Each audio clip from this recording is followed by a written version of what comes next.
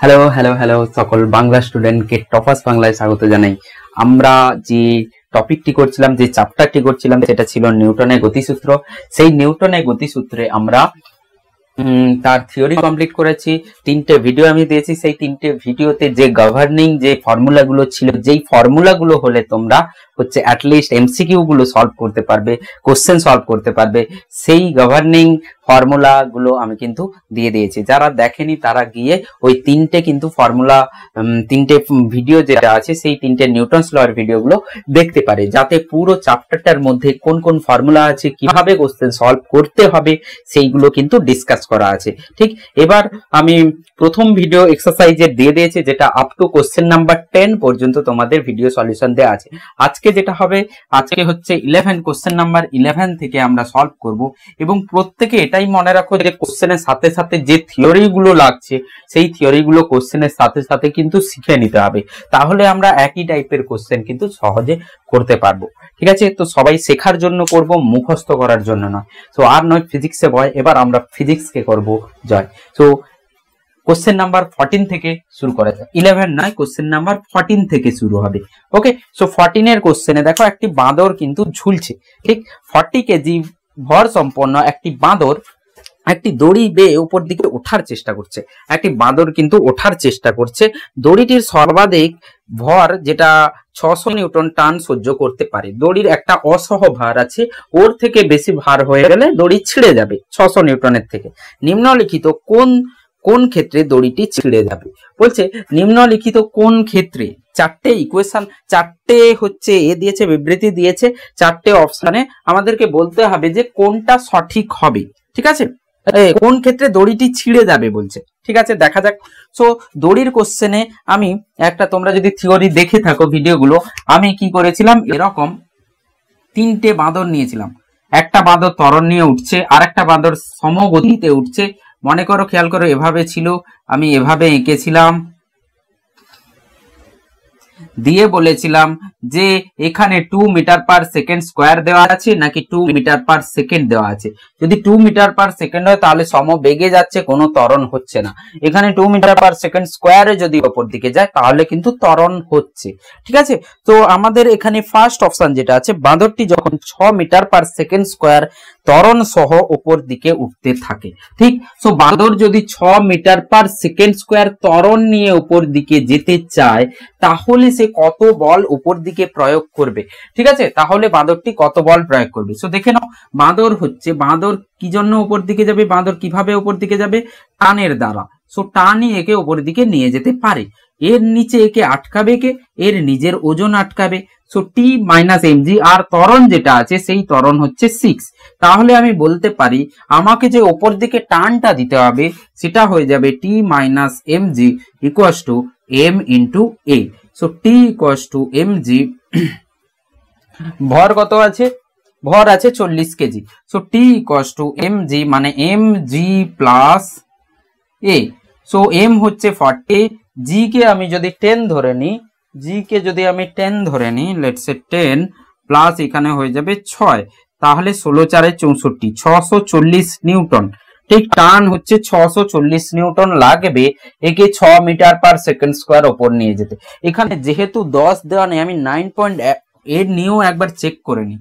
9.8 যদি নেওয়া হয়, 9.8 তাহলে হয়ে যাবে 9 8 17, 17.8, 9 6 15, 15.8 ইন্টু 40। সো এটাতে তবুও তুমি দেখবে 15 থাকলে 600 হয়ে যেত, 600 থেকে তো বেশি হচ্ছে। এই যে ভ্যালুটা আসবে সে তো 600 থেকে বেশি হচ্ছে। কিন্তু আমাদের অসহ ভার যেটা 600 বেশি হলে কিন্তু ওপর দিকে কি করে দড়ি ছিঁড়ে যাবে, মানে দড়ি হচ্ছে 600 নিউটনই নিতে পারে।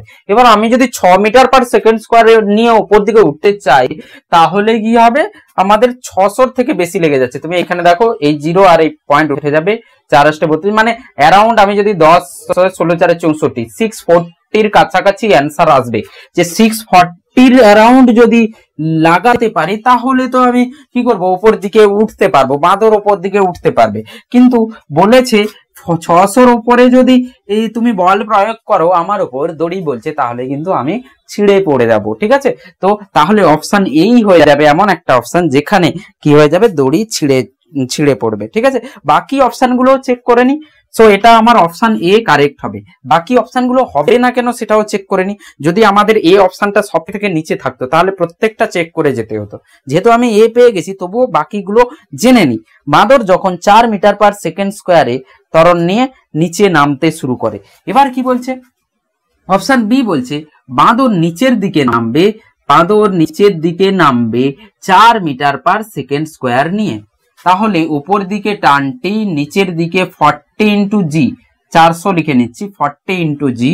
তাহলে 4 দিয়ে যদি নামতে চায় তাহলে আমাকে লিখতে হবে 40, 400 minus T equal to 40 into 4। নিচের দিকের ফোর্স বেশি হবে, বল বেশি হবে, টি ওপর দিকে লাগছে, নিচের দিকে ত্বরণ নিয়ে নামছে, তাহলে টি হয়ে যাবে 400 মাইনাস 160। তো এখানে তো টান দেখছি কমই লাগবে, এখানে তো 600 কে যাবেও না, 400 থেকে মাইনাস হচ্ছে লেস দেন 60, তার মানে আরামসে 4 মিটার পার সেকেন্ড স্কোয়ার নিয়ে নামতে পেরে যাবে। ঠিক আছে, তারপরে বাঁদরটি যখন 5 মিটার পার সেকেন্ড সুষম বেগে উপরে উঠতে শুরু করে। এবার দেখো বাঁদর 5 মিটার পার সেকেন্ডে উপর দিকে সুষম বেগে যাবে, 5 মিটার পার সেকেন্ড। সেই জন্য বলছি যে মিটার পার সেকেন্ড দেওয়া আছে না সেকেন্ড স্কোয়ার দেওয়া আছে সেটা খেয়াল রাখতে হবে। সো উপর দিকে যদি যায় টি আর নিচের দিকে 400 লাগবে 40 ইন্টু জি। সো সম বেগ যদি হয় কোনো ত্বরণ থাকবে না, টি ইকুয়ালস টু 400 হলেই কিন্তু ও উপর দিকে সমবেগে উঠতে পারবে। টি ইকুয়ালস টু 400 হলে সমবেগে উঠতে পারবে, তার মানে দড়ি ছিঁড়ে যাবে না। বাঁদরটি যদি দড়ি বেয়ে নিম্নমুখী ভাবে অবাধে পতনশীল হয়, এখানে দড়ির ভর উপেক্ষা করো। কি বলছে, বাঁদরটি যখন দড়ি বেয়ে নিম্নমুখী ভাবে অবাধে পতনশীল হয়, মানে দড়ি বেয়ে কি করছে, নিচের দিকে জিতে নামার চেষ্টা করছে। তো জি মানে 10, এতে অবাধে নামতে শুরু করেছে। ঠিক, তাহলে কি হবে, যদি অবাধে নামে তার মানে অবাধে নামা মানে এই জিটা 10 হয়ে যাবে, তাহলে 10 টি। তো তাহলে কি হয়ে যাবে 400। এই যে দেখো যদি আমি এটা জি করে দিই 40 ইন্টু এ যদি জি হয়ে যায় তাহলে টেনশন 0 হয়ে যাবে, মানে আরো টেনশন কমে যাবে, টান আরো কমে যাবে। ঠিক আছে, তো বাঁদর আরো তাড়াতাড়ি নামতে শুরু করেছে। ঠিক আছে, অবাধে পড়ছে, অবাধে পড়া বস্তুর যে ত্বরণ হয় জি হয়ে যায়। তো আমি যদি জি একে 9.8 লিখি, জি যদি 10 ধরায় 0 হচ্ছে, বাট 9.8 লিখলে এই জিটা 400 হবে না, 400 থেকে এই ভ্যালুটা 400 থেকে একটু কম হবে, তাহলে টি কি হবে, অনেক কম ভ্যালু আসবে, নন জিরো ভ্যালু আসবে বাট কম আসবে। ঠিক আছে, তো অপশন আমার এ হয়ে যাবে, option A is the correct. তারপরে কোশ্চেন নাম্বার 15। একটি অনুভূমিক মসৃণ টেবিলের উপর এম ভরের একটি বস্তু আছে, বস্তুটিকে একটি ভরহীন সুতোর সাহায্যে একটি মসৃণ কপিকলের উপর দিয়ে এম ভরের সাথে যুক্ত করা আছে। সুতোর টান কত হবে?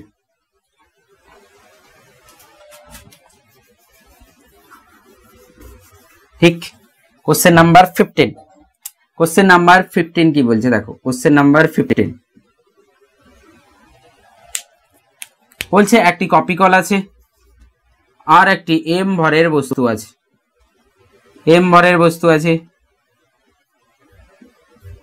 আর একটি ছোট এম ভরের বস্তু আছে।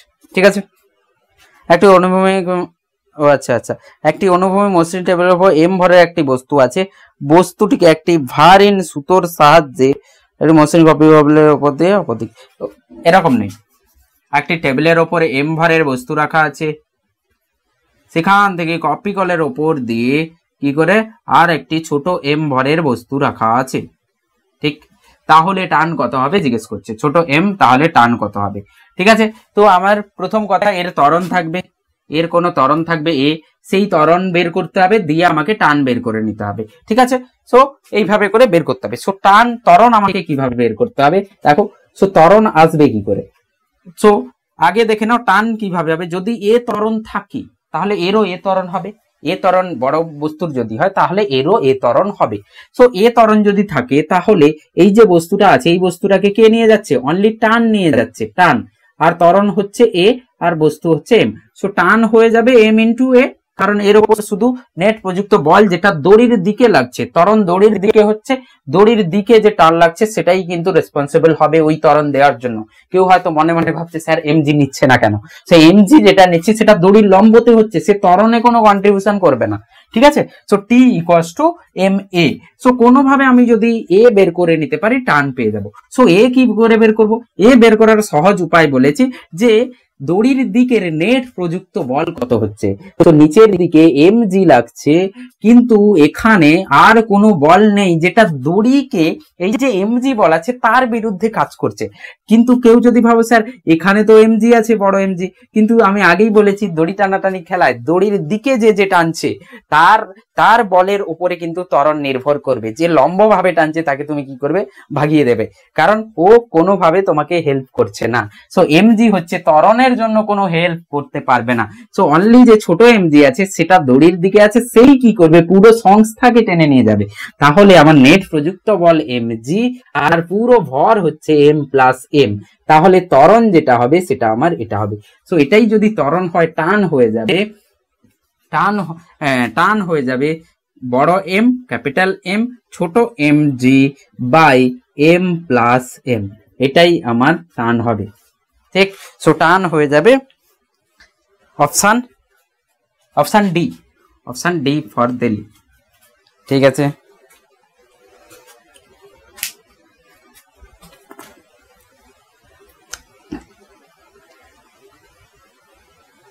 ঠিক, নেক্সট হচ্ছে 16 কোশ্চেন, উড়িষ্যা যেই। সো 2 কেজি ভরে একটি বস্তু ঝোলানো আছে, অনুভূমিক তারটিকে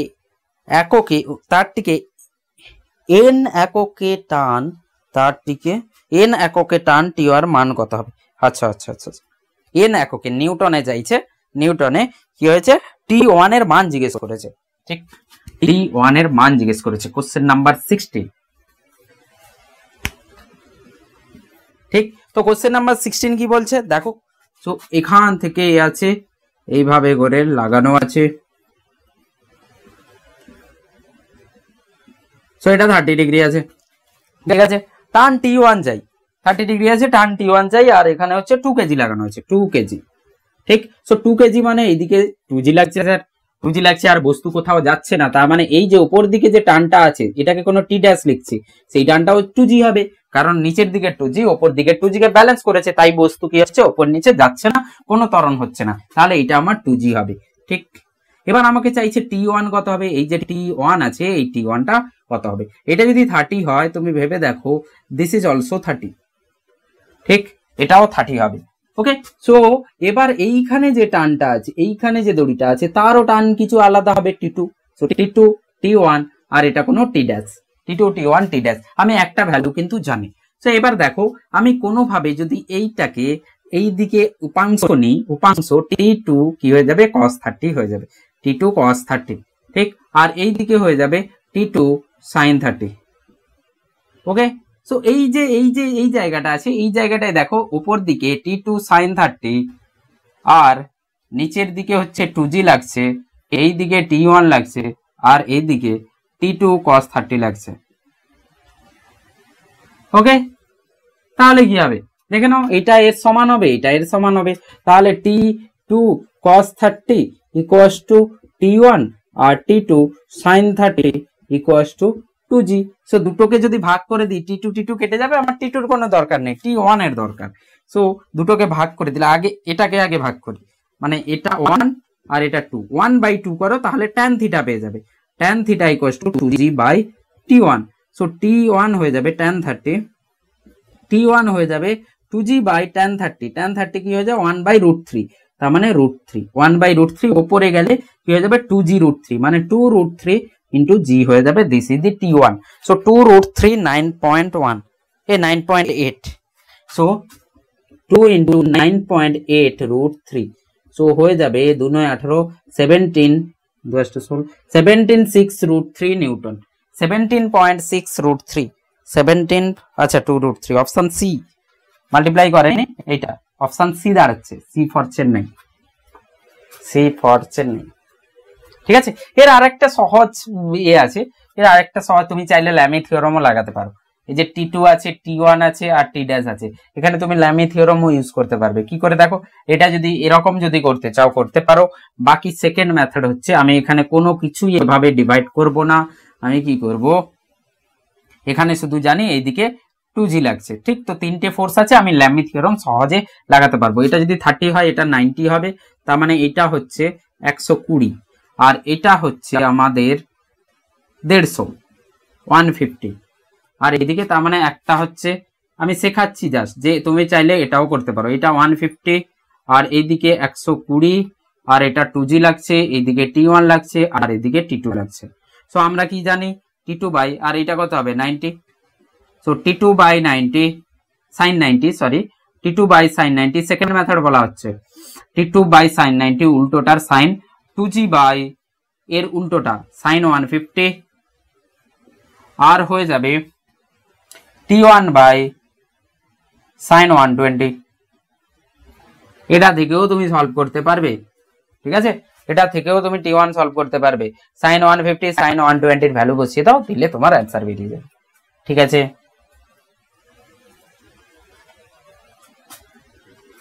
ওকে, আর কি করতে পারো, আরো একটা মেথড আছে, আর একটা মেথড।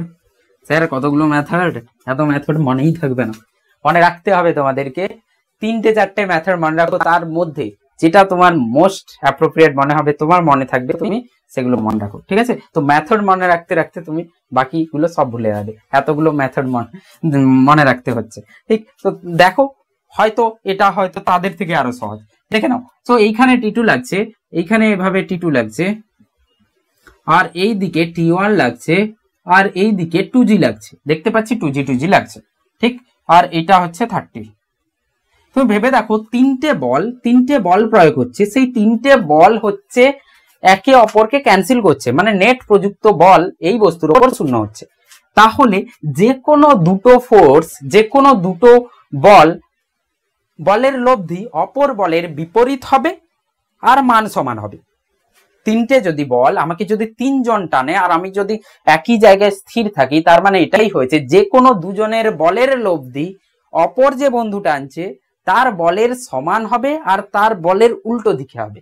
সো এইখানে t2 আছে, আমি t1 আর 2g কে দেখছি, এই দুজনের লব্ধি বল এর উল্টো দিকে, t2র উল্টো দিকে হতে হবে। এই দুজনের লব্ধি বল t2র উল্টো দিকে যদি হয়ে যায় t1 আর 2gর, তাহলে আর মান যদি সমান হয়ে যায় t2র সাথে, তাহলে আমাদের কি হবে, আমরা এই বস্তুকে রেস্টে পাবো, স্থির পাবো, না হলে চলতে শুরু করবে। এই t2 মহারাজ এই t1 আর t2 কে আটকে রাখবে, t1 t2র যে লব্ধি আছে তার সমান হবে তার বিপরীত মুখে, তার মানে এই t1 2gর লব্ধি এই কি হবে, এইখানে এই কোণে হবে। সো 30 আর 30, ঠিক আছে। সো আমি দেখতে পাচ্ছি স্যার tan 30 ইকুয়ালস টু, এটা যদি 2g হয় এটাও 2g হবে, সো 2g বাই t1। আরে এ তো একই এতে চলে এলো, একই, যেখানে ল্যামি থিওরাম লাগছে তুমি এটা ইউজ করতে পারো, খুব সহজে অ্যান্সার চলে আসবে, পুরো লজিক দিয়ে তুমি বুঝতে পারবে যে কি হচ্ছে, ঠিক। So tan theta equals to, এটা 2g মানে এটা 2g, so 2g by t1, so t1 equals to 2g by tan 30। পুরো 1 সেকেন্ডে 10 সেকেন্ডে 1 সেকেন্ড বলছি, পুরো 5 সেকেন্ডে তোমার সলিউশন চলে আসবে, ঠিক আছে। ততক্ষণে অন্যরা কি করবে, এভাবে সলভ করতে থাকবে আর তুমি এখানে সলভ করে বেরিয়ে যাবে, ঠিক, কম সময় লাগবে, ঠিক আছে। তো বি স্মার্ট। কোশ্চেন নাম্বার 17, চিত্র 1.71 এ কপিকলার সুতোগুলো দেওয়া আছে, সুষমভাবে আছে, থিটার মান কত হবে, ঠিক আছে। এই সংস্থাটি সাম্যাবস্থায় থাকলে, দেখো আবার সাম্যাবস্থার কোশ্চেন এসেছে, চলো দেখা যাক কিভাবে করা যাবে, দেখা যাক। তো কোশ্চেন নাম্বার 17 সাম্যাবস্থাতে আছে আর বস্তু সুষমভাবে আছে। তো দেখো দুটো কপিকল আছে, দুটো কপিকল, এখান থেকে কি হয়েছে, একটা বস্তুকে আমরা ঝুলিয়ে রেখেছি যেটা হচ্ছে √2m, আর এই দিকে আমাদের m আর এই দিকেও m, আর এইখানে যে কোণটা আছে থিটা আর এই কোণটা থিটা, তাই তো। সো থিটা দেওয়া আছে, পুরো বস্তু সাম্যাবস্থাতে থাকবে, পুরো বস্তু সাম্যাবস্থাতে থাকবে, তার মানে যে কোনো বস্তু এও সাম্যাবস্থায়, এও সাম্যাবস্থায়, এও সাম্যাবস্থায়, তাহলে চাইছে কি থিটার ভ্যালু কি হবে? এও সাম্যাবস্থা থাকবে, এও সাম্যাবস্থা থাকবে, এও সাম্যাবস্থায়, তাহলে থিটার ভ্যালু কি হবে দেখে নাও। এইদিকে √2gm আছে, √2mg। সো একে যদি স্থির থাকতে হয়, ভেবে দেখো পুরো যদি সুষম হয়, এটাও টান টি হবে, এটাও টান টি হবে, কারণ দুই পাশে এম আছে, ঠিক। সো পুরো সুষম, সেই জন্য টান টি টি একই থাকবে। এটা যদি থিটা হয়, তুমি ভেবে দেখো এই যে আছে এর উপাংশ আমি যদি নিয়ে নিই, এই দিকে ওপর দিকে কি আসবে, এই ওপর দিকে আসবে টি কস থিটা, দুবার আসবে, একবার এটা থেকে আসবে কারণ এখানে টান টি লাগছে, এখানে টান টি লাগছে, তো কি টি cos theta, two T cos theta, two T cos theta আসবে, ঠিক। আর এই দিকে আসবে টি সাইন থিটা, আর এইদিকে আসবে টি সাইন থিটা, যেটা কেটে যাবে। এইদিকে টি সাইন থিটা আসবে, এইদিকে টি সাইন থিটা আসবে, সো টি সাইন থিটা কেটে যাবে, T cos theta, two T cos theta অপর দিকে, so two T cos theta equals to √2mg। So এখানে দুটো চলরাশি চলে এসেছে থিটা অ্যান্ড টি, বাট আমি দেখতে পাচ্ছি এখানে mg, এখানে সেই টান সাম্যাবস্থাতে আছে, মানে টি সমান mg হবে। সো টি সমান যদি স্যার mg হয়, তাহলে mg cos theta equals to √2mg। So mg gone cos theta equals two √2/2। So that is theta equals two 45 degree. So theta কি হবে 45 ডিগ্রি হয়ে যাবে, অপশন সি ফর চেন্নাই। এরপরে আমরা যেটা করব কোশ্চেন নাম্বার 18, তাতেও দেখতে পাচ্ছি যে তিনটে হচ্ছে স্ট্রিং লাগানো আছে, দড়ি লাগানো আছে, আর একটা বস্তু লাগানো আছে। দেখা যাক কত সহজে করতে পারি এটা। সো কোশ্চেন নাম্বার 18 কি বলছে, এখানে এভাবে লাগানো আছে,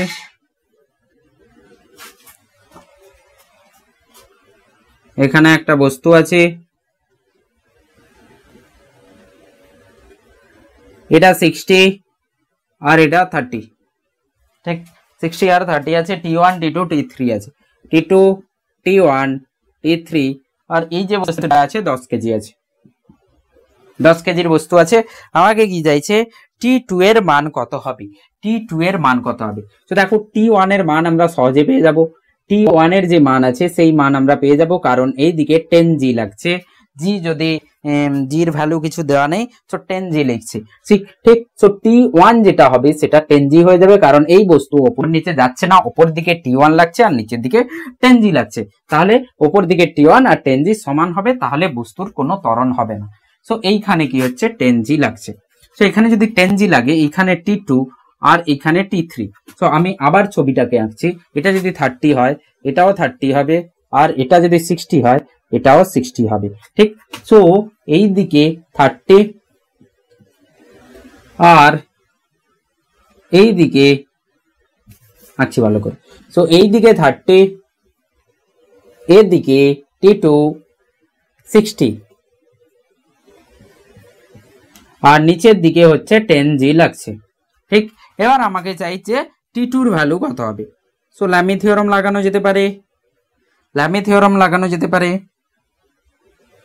বা আরেকটা, সো দিস ইজ T3, আর কি করা যেতে পারে। সো এটা যদি 60, এটা যদি এটা হয়, তাহলে এটা 90 হবে, সো দিস ইজ 90, ঠিক। সো ভেবে দেখো আমি T2 বের করতে চাই আর 10g দেওয়া আছে, সো ল্যামি থিওরাম ইউজ করি। ল্যামি থিওরাম কি বলেছে, এই যে এখানে হবে 90, সো T2 বাই এই পুরো যে কোণটা আছে বিপরীত কোণ, T2 বাই এই বিপরীত কোণ মানে এই যে লাইন আছে তার সঙ্গে যে দুটো লাইন আছে, সেই ওই লাইনটাকে বাদ দিয়ে বাকি দুটো লাইনের মধ্যের যে কোণ যেটা হবে, so T2 by sin 120, that is equals to 10g আমি নিয়ে নিই, কারণ 10g এর ভ্যালু আমাকে দেওয়া আছে, আমি T3 লিখবো না, ঠিক, কারণ T3 আমাকে বের করতে বলেনি, ঠিক আছে। So T2 by sin 120, 10g by sin 90, তো 10g বাই sin 90, সো আমি ডিরেক্টলি পাবো T2 equals to 10g sin 120, sin 120 মানে sin 90 প্লাস 30, sin 90 প্লাস 30 মানে cos 30 মানে √3/2, সো √3/2 মানে 5√3g, সো T2 হচ্ছে 5√3g। যদি g কে 10 নেওয়া হয় তাহলে 50√3 হয়ে যাবে, 50√3। So this is the T2। So option D is the correct, option D correct হবে। 19, কোশ্চেন নাম্বার 19 দেখো, 5 কেজি এবং 3 কেজি ভরে দুটি বস্তু একটি হালকা সুতো সাহায্যে ঘর্ষণহীন কপি কলের দুই পাশে ঝুলছে। সুতোর টান কত হবে? সুতোর টান হবে 2m1m2 by m1 plus m2 into জি। মানে তুমি চোখ বন্ধ করে লিখতে পারবে 2m1m2 by m1 plus m2 into জি। এটা যেন মনে থাকে, এটা বারবার আমি কি করব, সলভ করব না। দিস ইজ দ্য টান। কপি কলের দুটো কপি কল লাগানো থাকে, একটা কপি কলের দুই পাশে যদি বস্তু থাকে m1 m2, তার জন্য টান হয়ে যায় এটা। আর যদি তরানো বলতো m2g minus m1g by m1 plus m2, ঠিক। সো এটা ভ্যালু বসিয়ে দাও, 2 ইন্টু 5 ইন্টু 3 বাই 5 প্লাস 3 মানে 8 ইন্টু 10। যদি 10 থাকে তো 10 নেবে, নাহলে 9.8। সো 9.8 লেখা আছে, 9.8। তাহলে কথা হচ্ছে দেখো, 5 2 10, 5 2 10, এই 10 এ এখানে 9.8 কে 98 বানিয়ে দেবে। So 98 into 3 by 8। So 4 2 2 4 2 49, 3 27, 3 27 3 27 2 4 2 8 2 10, 4 3 12, 147 by 4, 4 3 12,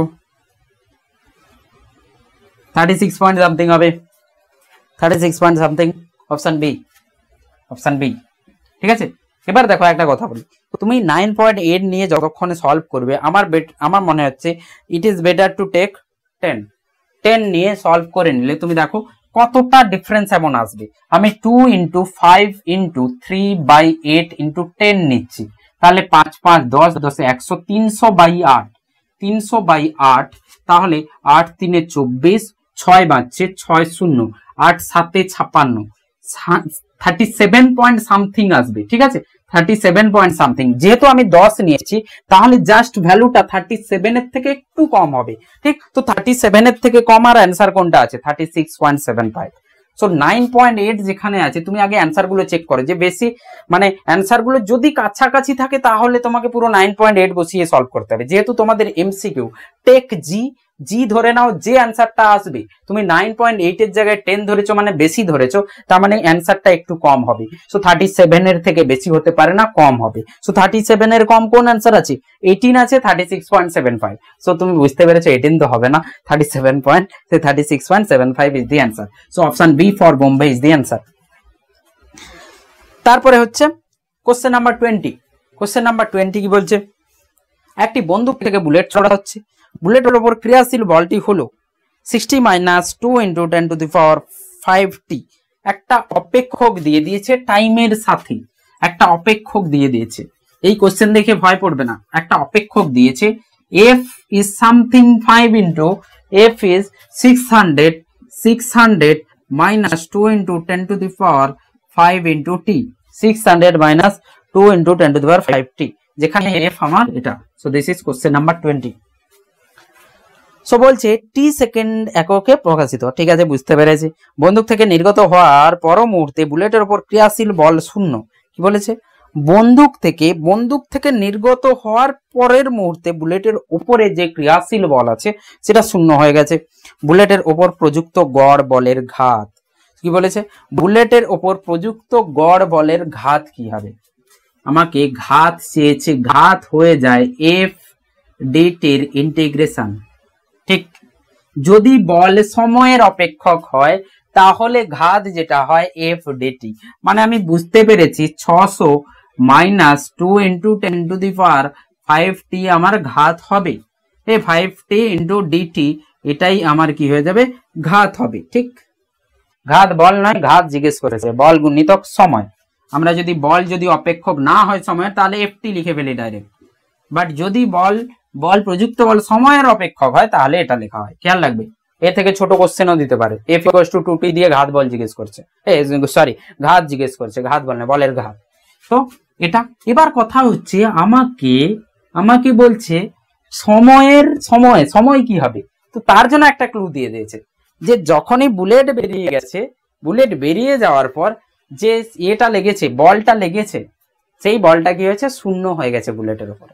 তার মানে আমাকে খুঁজতে বলছে যে এফ শূন্য হবে কোন সময়ে, কোন সময়, সেই সময় খুঁজে বের করো। বুলেট বেরিয়ে যাওয়ার পরে যে বল শূন্য হয়েছে বুলেটের উপরে, সেই সময়টা কত হবে, সেই সময় পর্যন্ত ঘাত বল লেগেছে, কারণ তারপরে আর কোনো বল লাগেনি। ঠিক, তো যেই সময় পর্যন্ত এফ শূন্য হবে সেই সময়টাকে আমাকে বের করে নিতে হবে, আর সেই সময় পর্যন্ত আমাকে কি করতে হবে, এই যে ঘাত আছে সেই ঘাত বের করতে হবে। তো এফ শূন্য হয়ে যাচ্ছে কোথায় দেখে নাও, ঘাত বল শূন্য হয়ে গেছে, তো পুট শূন্য, শূন্য বসিয়ে দাও, তাহলে টাইম আমার কত আসবে 600/2 × 10⁵। So this is the time. So এই টাইমে শূন্য হবে, তার মানে বুলেট গুলি চালানোর সময় জিরো টাইম থেকে এই টাইম পর্যন্ত কি হয়েছে, বুলেটের উপরে বল প্রয়োগ হয়েছে। তাহলে গড় ঘাত কত হয়েছে, তো 0 থেকে টি বসিয়ে দাও এখানে।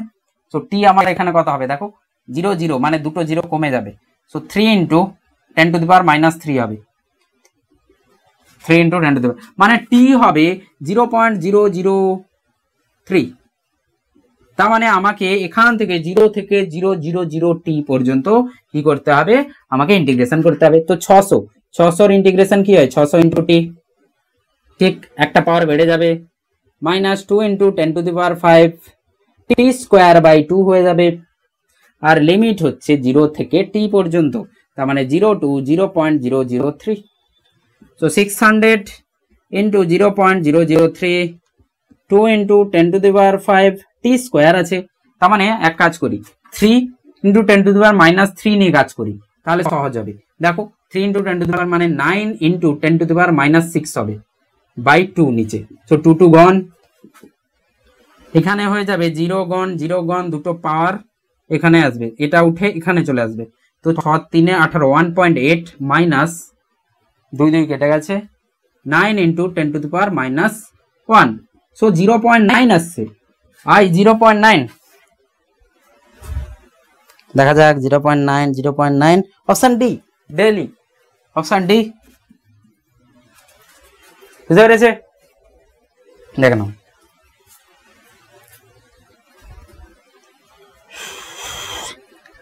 তারপরে কোশ্চেন, একটি হনুমান একটি গাছের ডাল থেকে স্থির ত্বরণ নিয়ে নিচের দিকে ঝাঁপ দিল। ঠিক আছে, একটি হনুমান গাছে লাফালাফি করে, ঠিক আছে, তোমরা যেমন পড়তে বসে লাফালাফি করো তেমনই কি হচ্ছে, হনুমান লাফালাফি করছে গাছে। ঠিক, সো হনুমান গাছের ডাল থেকে লাফালাফি করছে, এবার হনুমান কি করছে, স্থির ত্বরণ নিয়ে নিচের দিকে ঝাঁপ দিল। হনুমান ডাল ধরে কি করছে, স্থির ত্বরণ নিয়ে নিচের দিকে নামছে।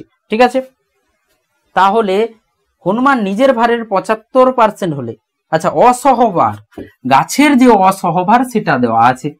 ঠিক, সো 21।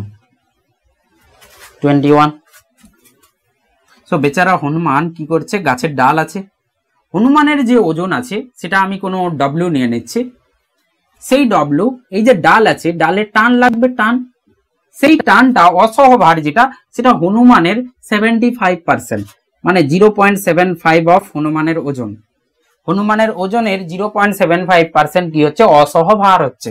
আর হনুমান কি করছে, এই হনুমান নিচের দিকে নামার চেষ্টা করছে, ত্বরণ এ নিয়ে নামার চেষ্টা করছে, আর এর ওপর ওজন লাগছে ডব্লিউ, আর উপর দিকে টান লাগছে, উপর দিকে যে টান আছে সেই টানটা লাগছে। তাহলে হনুমান যে আছে তার এদিকে ওজন এটা, উপর দিকে টান এটা, আর হচ্ছে ত্বরণ এটা, মনে হয় ত্বরণ চেয়েছে।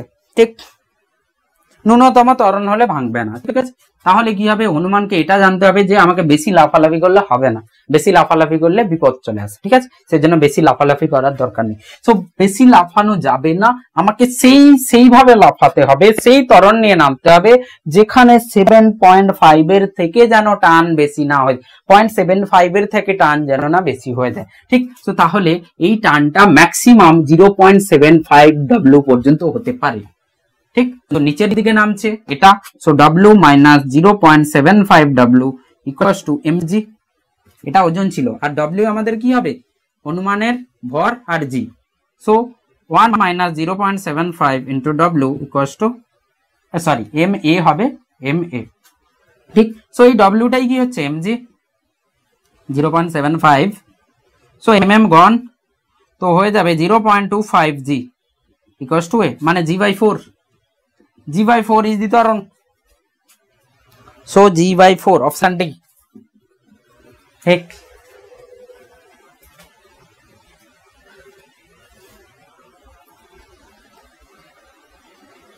Next question number 23। একটি লিফটের ছাদের একটি স্প্রিং তুলা যন্ত্র আছে। আচ্ছা, একটি স্প্রিং যন্ত্র আছে যেটা ওজন মাপা যায়। এক ব্যক্তি তার ব্যাগটিকে ওই স্প্রিং তুলা যন্ত্রে ঝুলিয়ে দিল। ঠিক আছে, একটি তুলা যন্ত্র আছে, মাপার ওজন স্প্রিং ব্যালেন্স বলা হয়। স্প্রিং ব্যালেন্স ছোটবেলায় তোমাদেরকে যখন ওজন করতে নিয়ে যাওয়া হয়েছিল, কোথায়? হেলথ সেন্টারে।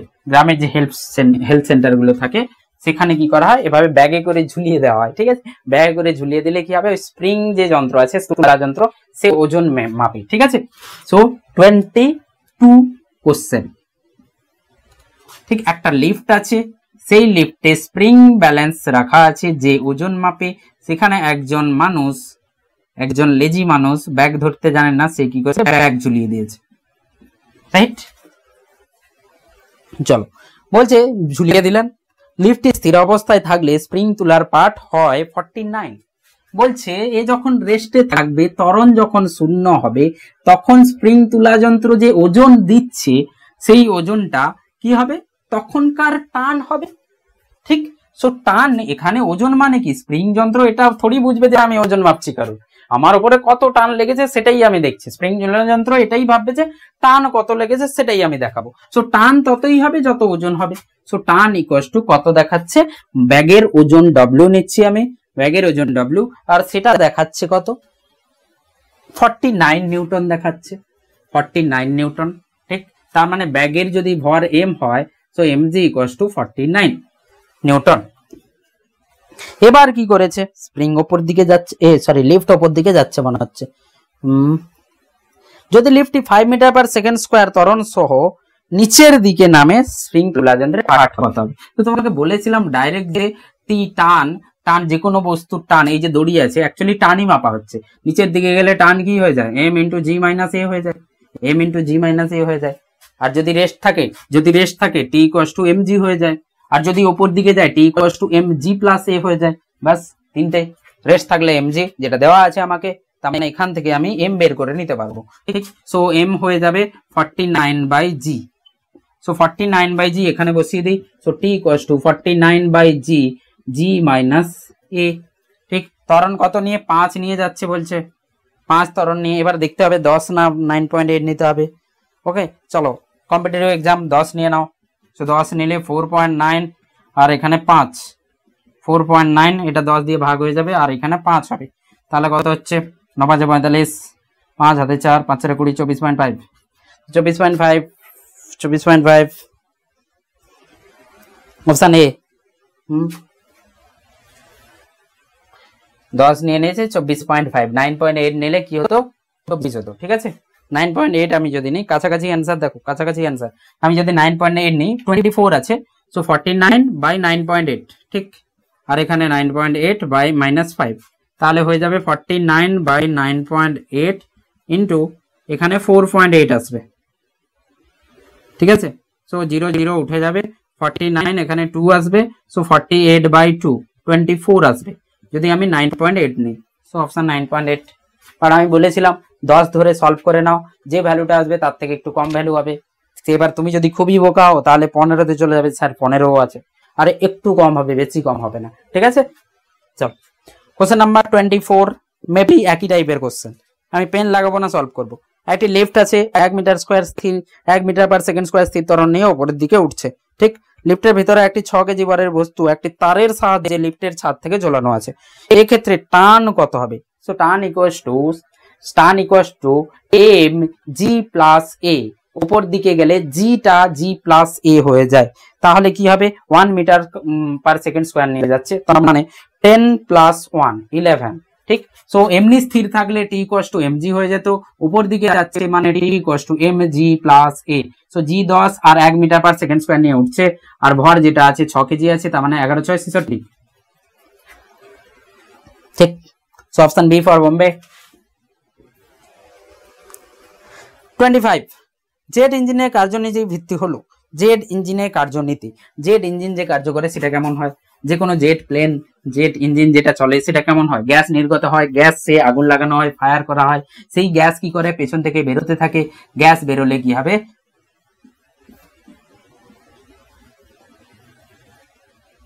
গ্যাস বেরোলে কি হবে, এরকম ধরো জেট ইঞ্জিন আছে, তো গ্যাস পেছন দিক থেকে বেরোচ্ছে, তার মানে আমি কি করছি, এই যে বোট সরি এই যে রকেট আছে, রকেট গ্যাসকে পুশ করছে আর গ্যাস রকেটকে পুশ করছে, তার মানে এই দিকে বল প্রয়োগ হচ্ছে একটা এন, সেই গ্যাস আবার উল্টো দিকে এন প্রয়োগ করছে, তার মানে দুজনেকে যদি সংস্থা ধরে নেই তাহলে এন এন কেটে যাচ্ছে, পুরো সংস্থার উপর নেট প্রযুক্ত বল শূন্য হচ্ছে, নেট প্রযুক্ত বল যদি শূন্য হয় তাহলে আমরা বলতে পারি ভর বেগ সংরক্ষণ হয়, পি ধ্রুবক থাকে, পুরো সিস্টেমের পি ধ্রুবক, ভর বেগের সংরক্ষণ হয়, তো তাহলে ভর বেগের সংরক্ষণ নীতি ব্যবহার হবে।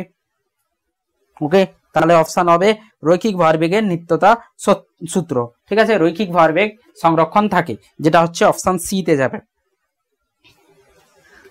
কোশ্চেন নাম্বার 26, এম ভরের একটি বস্তু মুক্ত বস্তু কণা ভূমি থেকে স্থির উচ্চতায় অনুভূমিক তলে এক্স অক্ষ বরাবর গতিশীল, ঠিক আছে, ঠিক, এটা একটু ছবি টবি আঁকতে হবে। বিস্ফোরণের ফলে কণাটি ভেঙে m/4 3m/4 বরের দুটি কণা তৈরি হলো, ওয়াই অক্ষ বরাবর ছোট কণাটি এত হলে বড় কণাটি কোথায় যাবে, ঠিক। তো কোশ্চেন নাম্বার 26 হচ্ছে ভর কেন্দ্রের কোশ্চেন, ভর কেন্দ্র চ্যাপ্টার যখন আসবে সেই চ্যাপ্টারে আমরা কিন্তু এটা সলভ করব, ঠিক আছে। ভর কেন্দ্র চ্যাপ্টার, একটি বোম ফেটে গেলে যদি এখানে যায় তাদের ভর কেন্দ্রের কোনো পরিবর্তন হয় না, ভর কেন্দ্র যেমন ভাবে আগে যেত বোম ফাটার পরেও তেমন যাবে। তো ভর কেন্দ্রের যে আছে, ভর কেন্দ্র কিভাবে, ভর কেন্দ্রের কনসেপ্ট লাগিয়ে কোশ্চেন নাম্বার 26 সলভ হবে। তো গোল করে নাও, নিয়ে লিখে নাও ভর কেন্দ্র এখানে ব্যবহার হবে, ঠিক। কোশ্চেন নাম্বার 27, 10 মিটার উচ্চতা থেকে একটি বলকে ফেলা হলো, একটি বল আছে, সেই বলকে কি করা হয়েছে 10 মিটার উচ্চতা থেকে ফেলা হলো, নিচে বালিতে বলটি 1 মিটার ঢুকে গেল, একটা বালির স্তূপ আছে, সেই বালির স্তূপের উপর বলকে ফেলা হয়েছে। কোশ্চেন নাম্বার 27, সেইভাবে বালি আছে, তার উপরে একটা বলকে আমি ফেলে দিয়েছি, তো কি হবে, বলটা এসে এভাবে ঢুকে যাবে, বলটা এসে এভাবে ঢুকে যাবে ভেতর দিকে, এভাবে করে বালির মধ্যে ঢুকে যাবে, ঠিক। তো ঢোকার সময় কি হবে, ঘর্ষণ বল উল্টো দিকে লাগবে, তো ঘর্ষণ বল অপচয় বল হয়, ঘর্ষণ বল একেই তো এর কি হবে, এর মন্দন হবে, যখন এ ঢুকতে যাবে ভেতর দিকে ঢুকতে ঢুকতে একটা সময় পর স্থির হয়ে যাবে, তার মানে মন্দন হবে, দিয়ে অন্তিম গতিবেগ যেটা শূন্য হয়ে যাবে, ঠিক। আর যখন টাচ করার আগে সর্বোচ্চ গতিবেগ ছিল, তো অন্তিম গতিবেগ শূন্য হয়ে গেছে, সর্বোচ্চ গতিবেগ থেকে শূন্য হয়েছে, তার মানে ঘর্ষণ বল মন্দন হয়েছে মানে কোনো একটা বল লেগেছে, সেই বল স্পিডকে কম করেছে বেগকে, তাহলে এই যে ঘর্ষণ বল কি করবে, কিছু কার্য করবে। সো ঘর্ষণ বলের দ্বারা কার্য কি হয়, অপচয় বলের দ্বারা কার্য, তার মানে এখানে যে শক্তির সংরক্ষণ, সেই শক্তির সংরক্ষণ কিন্তু হবে না, গতিশক্তির যে সংরক্ষণ কার্যনীতির উপপাদ্য যেটা আছে সেটা কিন্তু সংরক্ষণ হবে না, কারণ এফ কি হচ্ছে, কিছু শক্তি কিন্তু অপচয় করবে, ঠিক। তো তাহলে স্যার শক্তি তো হবে না, তাহলে কি হবে, ভরবেগ কি করে সংরক্ষণ হবে, কারণ এ যখন পড়বে উপর দিকে একটা বল প্রয়োগ হবে আর এ নিচের দিকে বালির উপরে একই বল কিন্তু প্রয়োগ করবে, সো বলের উপরে ঊর্ধ্বমুখী একটা বল প্রয়োগ হবে, আর সেই বল কি করবে, বালির স্তূপের উপরে নিম্নমুখী একটা বল প্রয়োগ করবে। পুরো সংস্থার আমি যদি নেট প্রযুক্ত বল দেখি তাহলে কি হবে, ঊর্ধ্বমুখী এন আর নিম্নমুখী এন কিন্তু কেটে যাবে, তো পুরো সংস্থার কি হবে, ভরবেগ সংরক্ষণ হবে। সো কেবলমাত্র ভরবেগ সংরক্ষিত থাকবে, অপশন এ হয়ে যাবে, অপশন এ।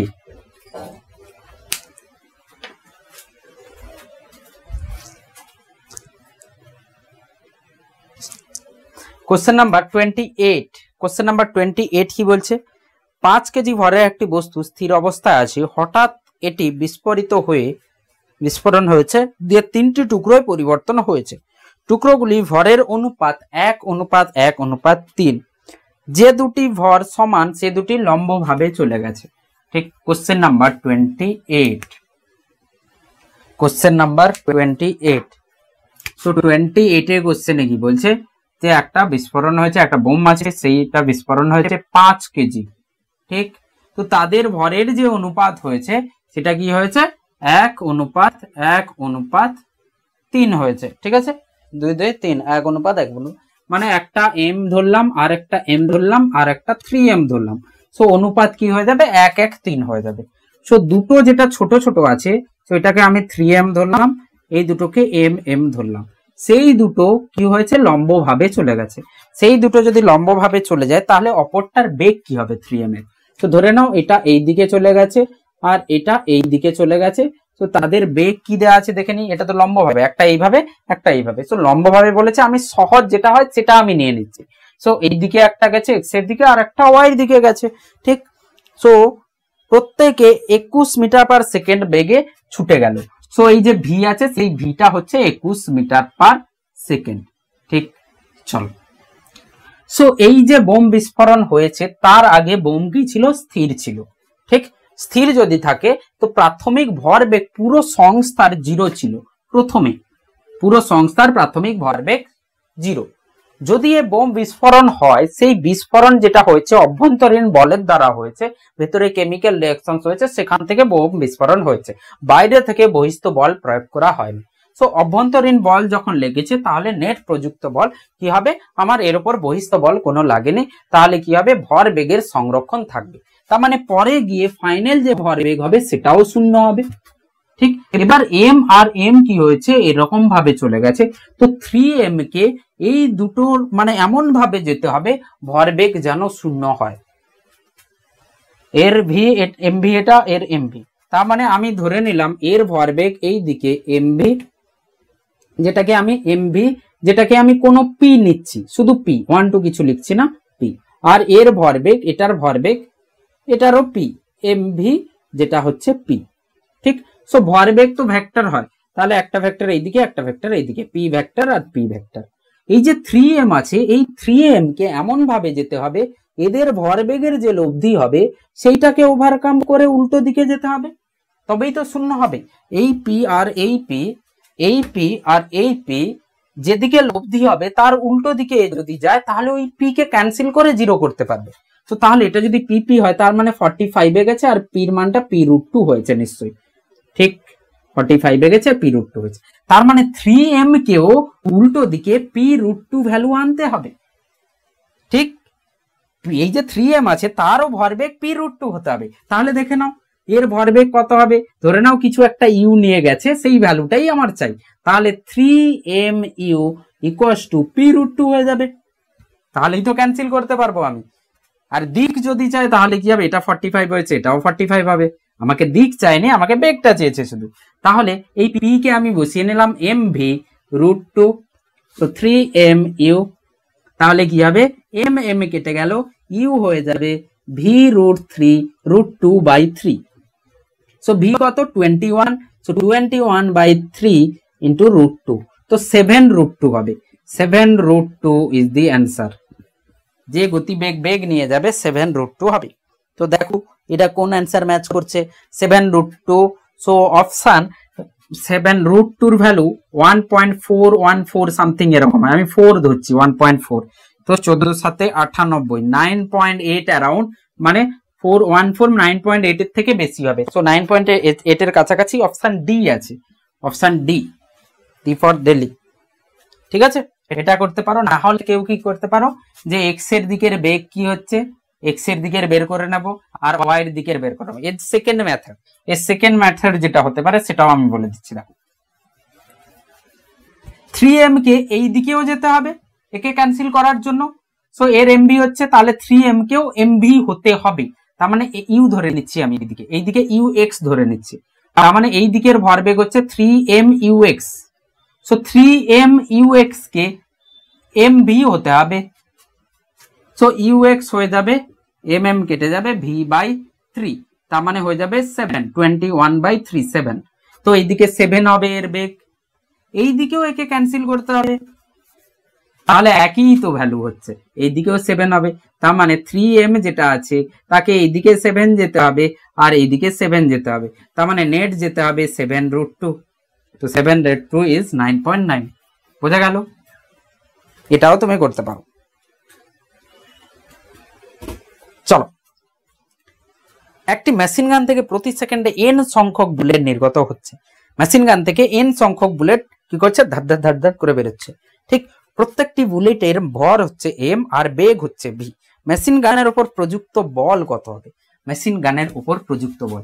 আমরা এটা পড়েছি নিউটনের সূত্র থেকে যে ভরবেগের পরিবর্তন যা হবে তার হার যেটা হবে, ভরবেগের পরিবর্তনের হার কি হয়ে যায়, আমাদের নেট প্রযুক্ত বল হয়। তাহলে এই বুলেটকে বলতে হবে যে তুমি যে এই গানকে বুঝতে হবে যে আমি প্রত্যেক সেকেন্ডে যে বুলেট পাঠাচ্ছি সেই বুলেট কত ভরবেগ পরিবর্তন করছে, প্রত্যেক বুলেটের জন্য আমার ভরবেগের কত পরিবর্তন হচ্ছে, আর সেটাকে পার সেকেন্ডে আমি যদি বের করে নিতে পারি, 1 সেকেন্ডে যদি বের করে নিতে পারি, তাহলে আমি বল পেয়ে যাবো। ঠিক, সো n সংখ্যক বুলেট নির্গত হচ্ছে প্রতি সেকেন্ডে, তার মানে যা কিছুই হচ্ছে 1 সেকেন্ডে হচ্ছে কিন্তু। ঠিক, সো এখানে আমাকে ভরবেগের পরিবর্তন যদি বের করে নিই সেটাও 1 সেকেন্ডে আসবে, তাহলে আমি ভরবেগের পরিবর্তন 1 সেকেন্ডে বল পেয়ে যাব। ঠিক, সো 1 সেকেন্ডেই n সংখ্যক বুলেট যাচ্ছে, n বুলেট।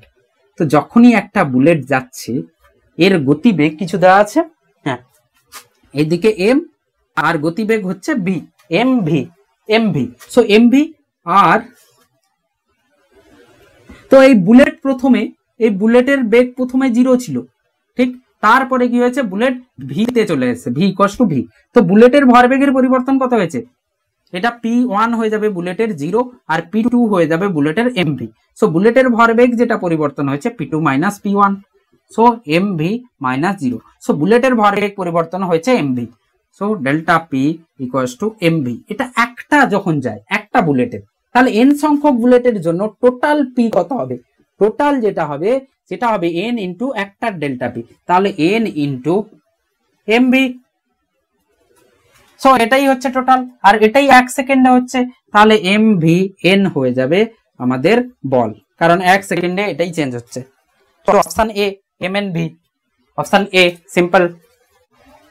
সো আজকে আমাদের 29 পর্যন্ত থাকবে, এরপরে আমরা 30 থেকে শুরু করব, 30 থেকে শুরু করে পুরো তোমাদের 49 কোশ্চেন নাম্বার 49 পর্যন্ত, যেটা নতুন বইতে, ঠিক আছে, নতুন বইতে সেগুলো আমরা সলভ করব। সো পড়তে থাকো, তোমাদের কনসেপ্ট বিল্ড আপ করতে থাকো, এবং ডিফারেন্ট টাইপস এর কোশ্চেন সেই কনসেপ্ট থেকে কিভাবে করতে পারবে সেগুলো প্র্যাকটিস করো, তাহলে দেখবে তোমাদের মার্কস আরামসে, তোমাদের মার্কস যেটা আছে সেটা তুমি খুব সহজেই আনতে পারবে। ঠিক আছে, তো জানার জন্য পড়ো, শুধু মুখস্থ করলে হবে না, জানার জন্য শিখলে অটোমেটিক তুমি মার্কস পেয়ে যাবে। ওকে, থ্যাংক ইউ।